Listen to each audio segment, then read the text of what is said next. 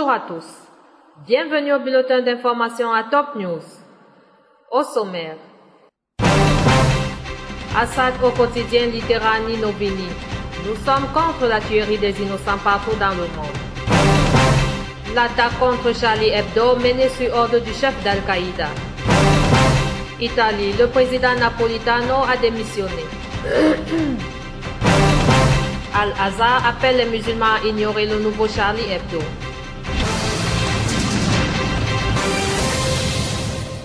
Voici les détails. Le président syrien Bachar al-Assad a affirmé que la Syrie est contre la tuerie des innocents n'importe où dans le monde.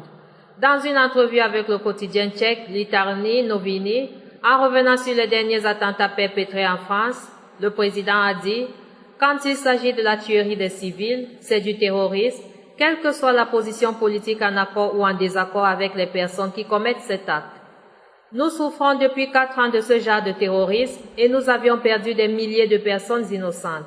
C'est pourquoi nous sympathisons avec les familles de ces victimes, a indiqué le président Al-Assad selon l'agence officielle Sana, citant une entrevue qui sera publiée demain jeudi.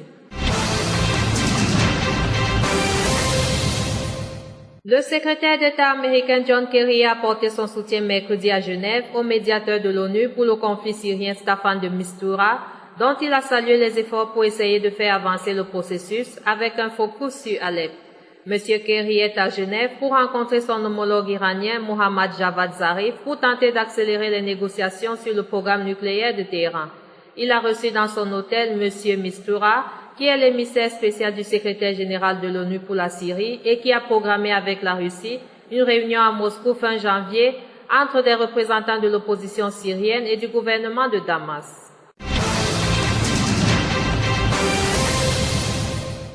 Le vice-ministre russe des Affaires étrangères Michael Bogdanov a annoncé mardi les dates définitives des rencontres à l'initiative russe de dialogue entre le pouvoir syrien et les forces de l'opposition qui auront lieu entre le 26 et le 29 janvier.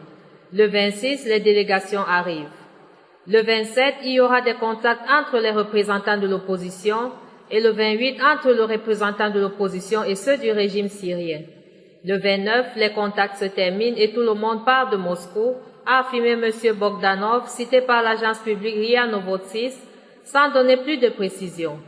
Début décembre de l'année dernière, les autorités russes avaient indiqué être prêtes à accueillir un dialogue entre les belligérants du conflit en Syrie, première étape pour un éventuel processus de paix.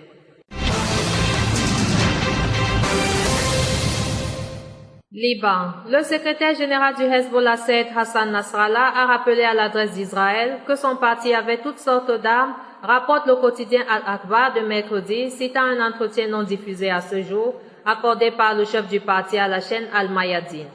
La résistance au Liban a toutes sortes d'armes au-delà de ce que peut imaginer l'État hébreu, a souligné Hassan Nasrallah lors de l'entretien de près de 3 heures qui devait bientôt être diffusé. Saïd Hassan Nasrallah a également apporté des précisions sur l'affaire des agents à la solde d'Israël au sein du parti. Fin décembre, le Hezbollah a affirmé avoir arrêté il y a 3 mois Mohammad Shabrat, responsable de la coordination de l'unité chargée des opérations à l'étranger, connu sous le nom 910. Il aurait travaillé au profit de l'État hébreu.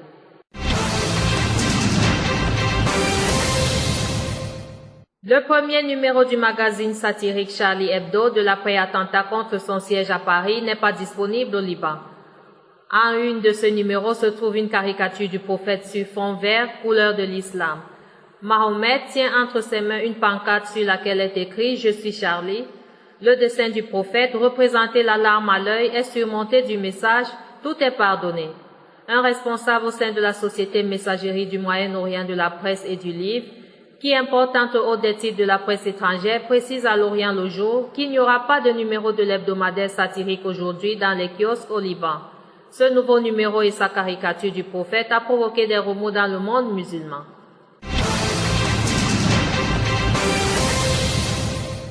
Le chef du Parti socialiste progressiste Walid Jumblat a exprimé mercredi son soutien en présence du ministre de l'Environnement Mohammad Machnouk au plan national de gestion des déchets. Après s'être catégoriquement opposé à toute prorogation de la durée de vie de la décharge Naameh qui expire le 17 janvier, Le leader druze a exprimé son soutien au plan du gouvernement car la pression politique des partis et de la société civile nous ont amenés à ce plan très clair.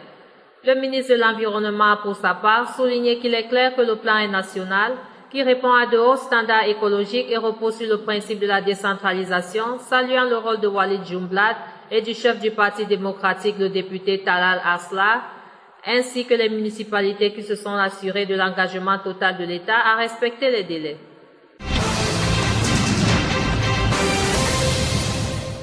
Al-Qaïda au Yémen a clairement revendiqué l'attentat contre le journal satirique français Charlie Hebdo, affirmant que l'attaque avait été menée sur ordre de son chef suprême, l'Égyptien Ayman al-Zawahiri. Nous tenons à préciser à l'intention de la nation musulmane que c'est nous qui avons choisi la cible, financé l'opération et recruté son chef, a déclaré dans une vidéo l'un des chefs d'Al-Qaïda au Yémen, Nasser Ben Ali al-Anassi. L'opération a été menée sur ordre de notre émir Ayman al-Zawahiri et conformément à la volonté posthume d'Oussama Ben Laden, a-t-il ajouté. Le président italien Giorgio Napolitano, 89 ans, a démissionné mercredi et a annoncé la présidence de la République dans un bref communiqué. Monsieur Napolitano a signé ce matin à 10h35, 9h35 GMT l'acte de démission de sa charge, précise le communiqué. La lettre de démission a été transmise à la présidente de la Chambre des députés, Laura Boldrini, chargée de convoquer l'Assemblée des grands électeurs dans un délai de 15 jours, au président du Sénat, Pietro Grasso, qui assurera l'intérim, et au chef de gouvernement.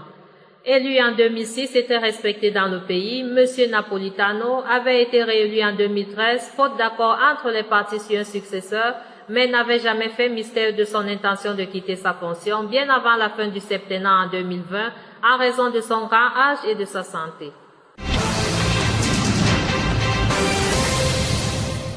Al-Azhar, l'une des plus prestigieuses institutions de l'islam sunnite basée en Égypte, a appelé mercredi les musulmans à ignorer les nouveaux dessins représentant le prophète Mahomet dans le journal satirique français Charlie Hebdo. Al-Azhar appelle tous les musulmans à ignorer cette frivolité haineuse, a affirmé l'institution dans un communiqué.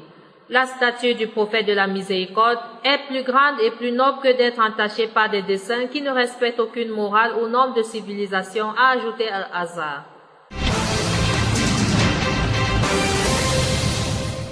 Autre titre et enfin, le chef de la diplomatie iranienne Mohammad Javad Zarif a appelé au respect mutuel les uns par les autres, interrogé à Genève par les journalistes sur les attentats terroristes en France et la sortie d'un nouveau numéro de l'hebdomadaire satirique français Charlie Hebdo avec des caricatures du prophète. Nous pensons que le caractère sacré des valeurs a besoin d'être respecté et tant que nous n'apprendrons pas à nous respecter les uns par les autres, cela sera très difficile dans un monde avec les points de vue différents, des cultures différentes, a dit M. Zarif. Les civilisations ne seront pas capables d'engager un dialogue sérieux si nous commençons par ne pas respecter les valeurs de chacun et leur caractère sacré.